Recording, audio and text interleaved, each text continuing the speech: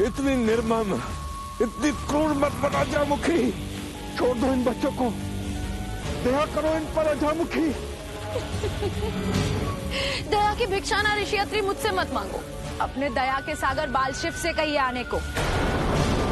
अब या तो वो आएगा या इनके प्राण जाएंगे, चुन लीजिए, इन्हें गवाना या उसे बुलाना।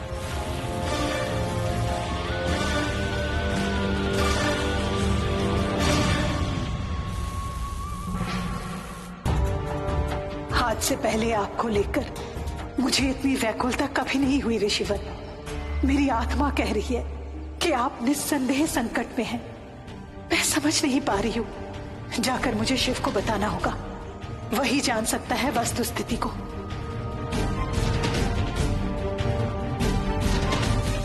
क्या हुआ ऋषियत्री, कहाँ है तुम्हारा बालशिव? हाँ, वो तो संसार की रक्षा करने के लिए तत्पर रहता है। सुना है उसने संसार की रक्षा करने के लिए विषपान किया था। अब कहाँ गई उसकी तत्परता? समझी? समझी। पार्वती की लुप्त हो जाने से उसकी शक्ति भी लुप्त हो गई है। अब वो इनकी रक्षा के लिए नहीं आएगा। मत करो शिव की शक्तियों का मूल्य। तुम जानती नहीं, तुम शिव को जानती नहीं, तुम उनकी महिमा को न कभी जान पाओगी।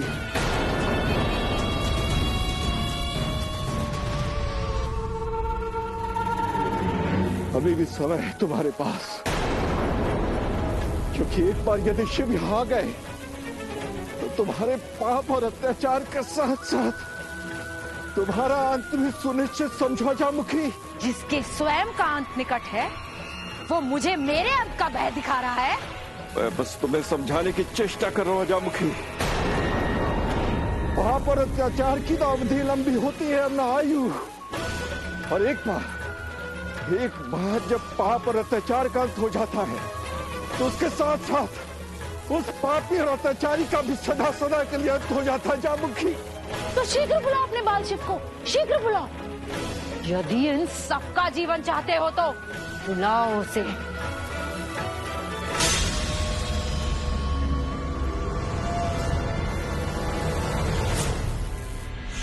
लगता है आपकी स्मृतियों के सघन आवरण के कारण मैं संसार से कट गया हूँ मित्र, तभी आपसे मेरा संपर्क नहीं हो पा रहा है। ये कथन सत्य है, किसी का भी मोल और महत्व उसके अभाव में ही पता चलता है। मुझे स्मरण आ रहा है आपका वह रौद्र रूप जब मैं पहली बार आपसे मिला था।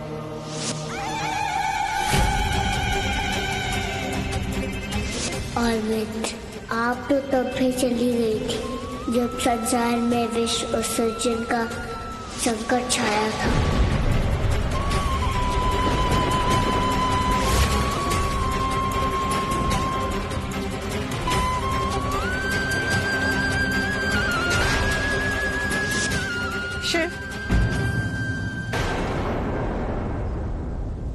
शिव मुझे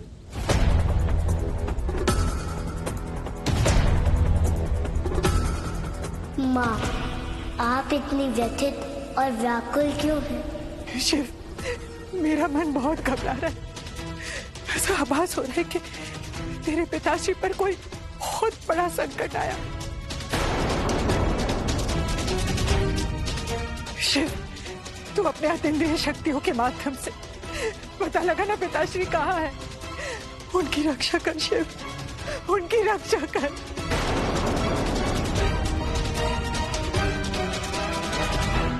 पिताश्री को संकट में लाने वाला जो भी होगा वो स्वयं संकट में आएगा माँ।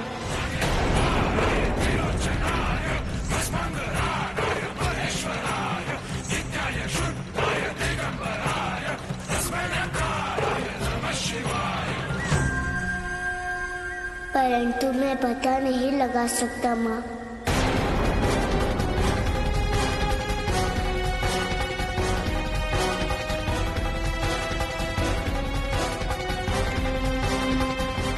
ऐसा क्यों बोल रहा है शिव?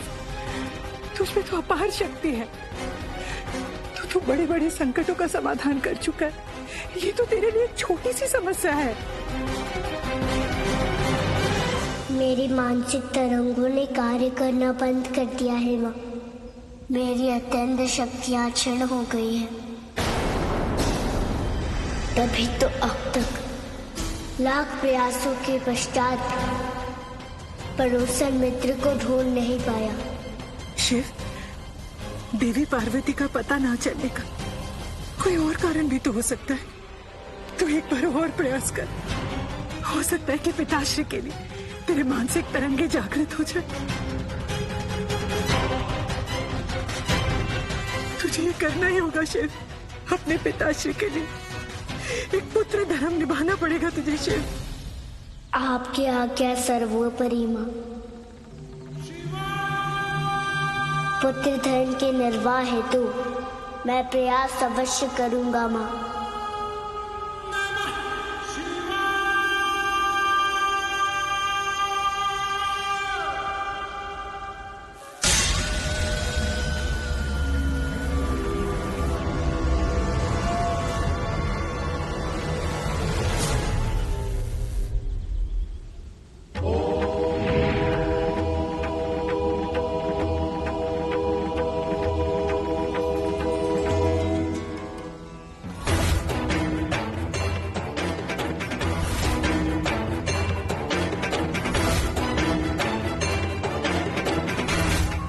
ऋषियत्री, आपके बाल शिव कहाँ रह गए? दिखाई नहीं दे रहे। क्या चिंता समाप्त हो गई संसार के संताप की? ब्रह्मांड के संताप हरने वाले को संतप्त प्राणियों की चिंता तो सदैव रहती है। वो कभी मिटती नहीं जाऊंगी। मेरे शिव आएंगे और सबको बचा लेंगे अजामुखी। तो बुलाओ उसे, बुलाओ।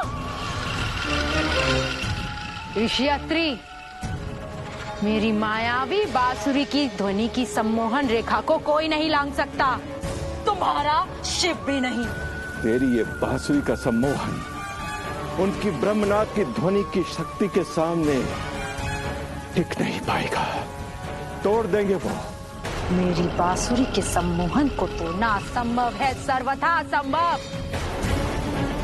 तुम्हारे शिव अपूर्ण हैं, असक्त हैं, असहाय हैं, कुछ नहीं कर सकता वो। अवसर देख के प्रहार किया है मैंने ऋषियत्री। इसलिए विजय केवल मेरी होगी, केवल मेरी।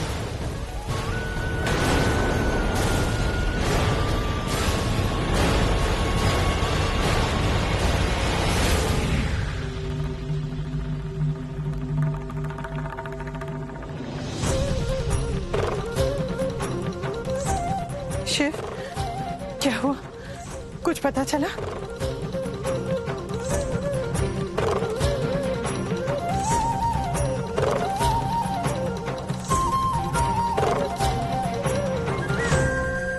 माँ, केवल पिताश्री ही संकट में नहीं, गुरुकुल के कई छात्र भी संकट में हैं माँ।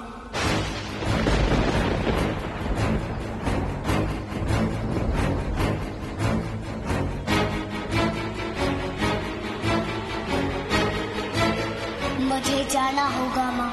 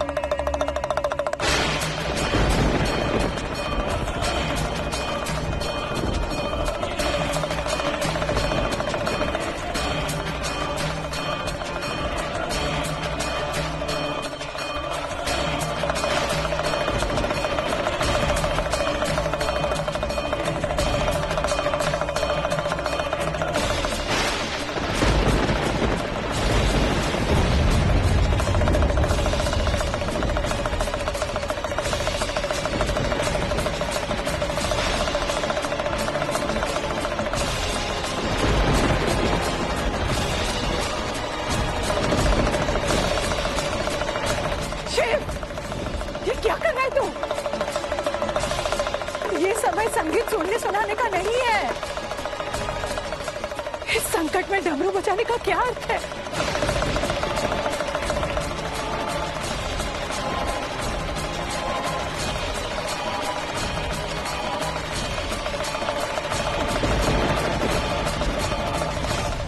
ये प्रभु पर आया असहनीय पीड़ा की अभिव्यक्ति। पहले भी बहुत बार प्रभु माता पार्वती से अलग होने की पीड़ा को डमरू बजाकर व्यक्त करते रहे, और आज अपने पिता और गुरुकुल के छात्रों पर आए संकट की पीड़ा को व्यक्त कर रहे हैं।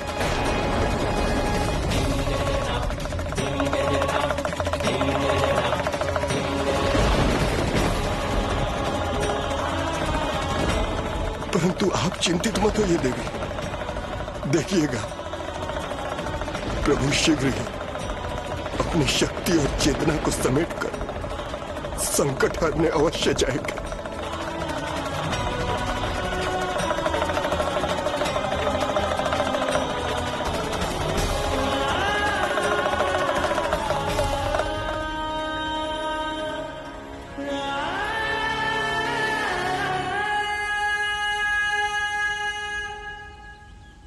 मिथ, इस बार भी आपको मुझे पिताश्री के पास लेकर जाना होगा।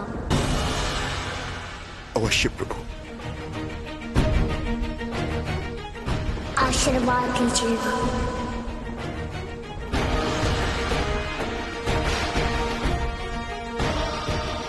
विजयी भव। मैं पिताश्री को लेकर शीघ्र आऊंगा माँ।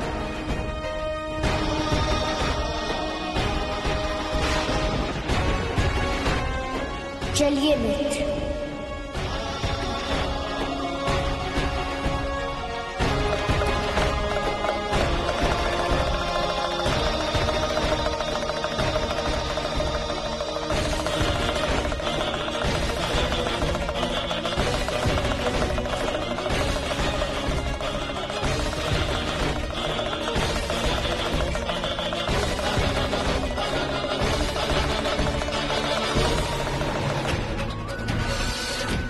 देखिए ऋषियात्री, देखिए काल निकट पहुंच गया है, परंतु आपका बालशिव तो पहुंचा नहीं।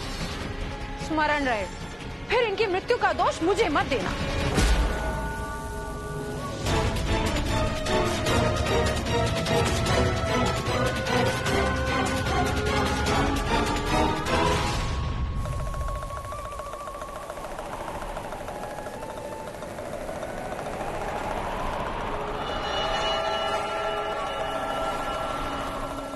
आ गया वो,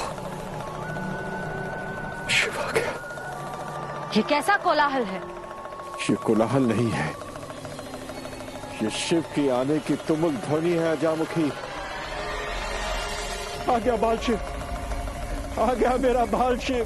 ऋषियात्री, ऋषियात्री, ये बालशिव के आने की धमक नहीं है, ये तो किसी योगी के डमरू की ध्वनि है, और ध्वनि की धनक से मृत्यु नहीं टलती। देख लो, इनकी मृत्यु केवल 2 पग दूर है।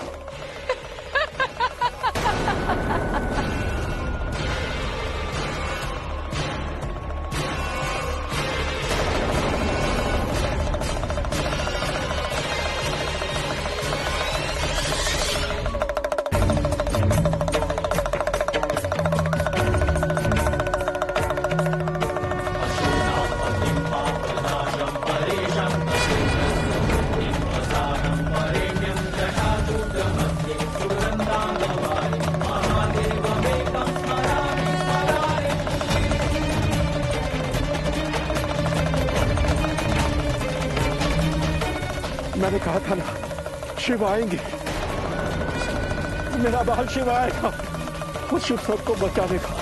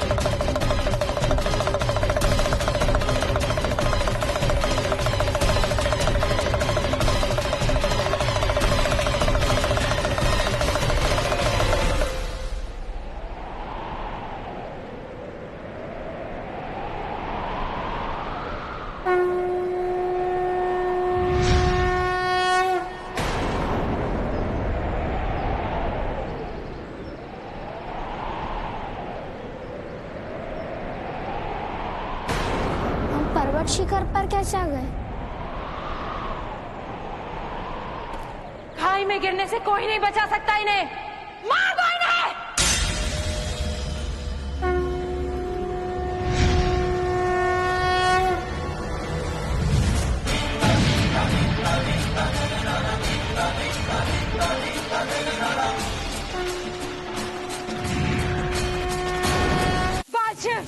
इस भ्रम में मत रहना कि तुम इन सबको मेरी मायावी शक्ति से बचा लोगे।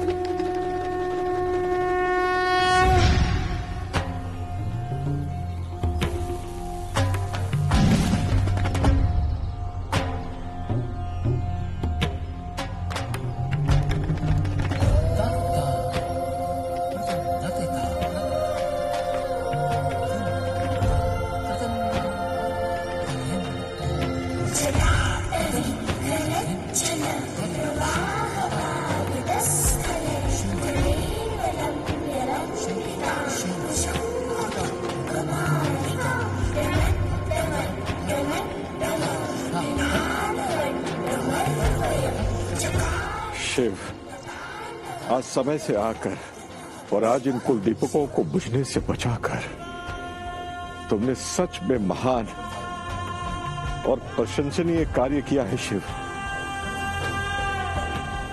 हम सब आभारी हैं आपके मित्र शिव।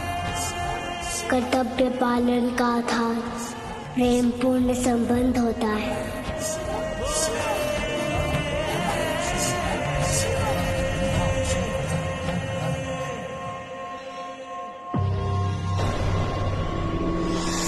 लगता है शिव अब तक देवी पार्वती के अंतर्ध्यान होने की घटना के भंवर से बाहर नहीं आ पाए।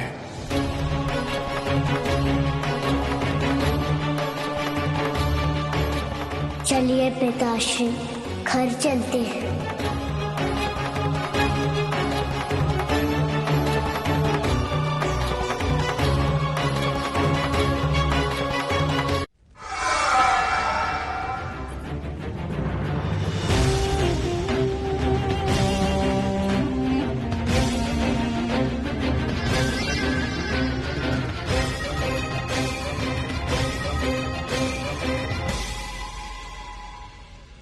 किसने की तुम्हारी ये दुर्दशा?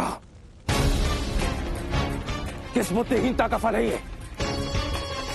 ये मेरी बुद्धिहीनता का फल नहीं है, विश्वसनीयता का फल है ये। तुम सदैव अनर्गल प्रलाप करती हो। मेरे विलाप को अनर्गल प्रलाप मत कहिए। घटना बताओ। माता, आपने तो कहा था कि पार्वती के अंदर ध्यान होने के बाद बाल शिव शक्तिहीन हो जाएगा। हाँ, कहा था।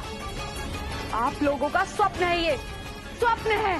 तो क्या बाल शिव ने तुम्हारे साथ? नहीं, उसके त्रिशूल ने। सोचिए, उसके त्रिशूल में इतनी शक्ति है तो उस बाल शिव में कितनी शक्ति होगी।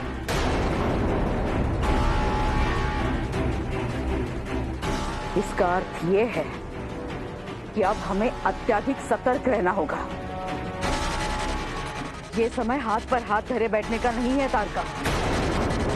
अपनी शक्ति बढ़ाओ, त्रिलोक पर असुरों का साम्राज्य बनाओ। असुरों के गुरु शुक्राचार्य, उन्हें तब से जगाओ। सब करूंगा माता। मैंने योजना बना ली है, कब क्या कैसे करना है। कैसी योजना? सबसे पहले मैं इंद्र पर आक्रमण करूंगा। उस इंद्र को बंदी बना के आपके चरणों में डालूंगा माता। उसके पश्चात कोई और कार्य करूंगा।